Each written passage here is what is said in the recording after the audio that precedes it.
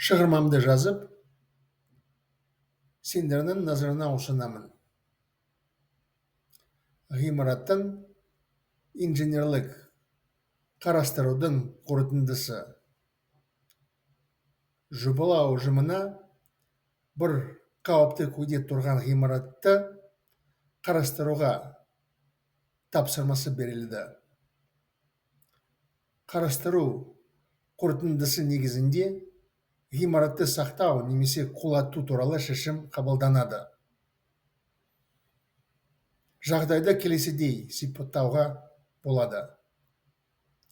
Қазіргі уақытта жөнделмеген ғимараттың ешқандай опасы жоқ. Оның сәулеттік сыйығы бұзылып кетті.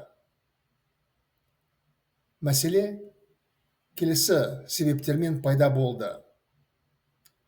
Қатты қар жауғаннан кейін ғимараттың төбесінде қатты зіл орасан салмаған көлемінде жиналды. Бір күннен кейін жауын жауды. Төбесі сулы қардың зілі астында иіліп кетті. Ғимараттың конструкциялардың опасыздыққа қатты әлеуеті бар екен.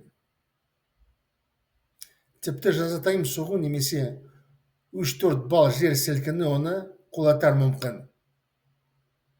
Ғимараттың төбесінің бір бөлігі мұз көшінің үстіне салбырап жүр. Жаяу жүргіншілердің қорғауы үшін уақытша қоршауы орнатылды. Ғимараттың жалпақтығы 20 метр, аумағы 600 шаршы метр. Қоршауының ішінде кран орнатуға болады. Төбесі көтеріп, қиратуынан кейін бағандарды қиратуға қолжетімділік ашылады. Ғимараттың іргесі бұрандалы свайларға орнатылған.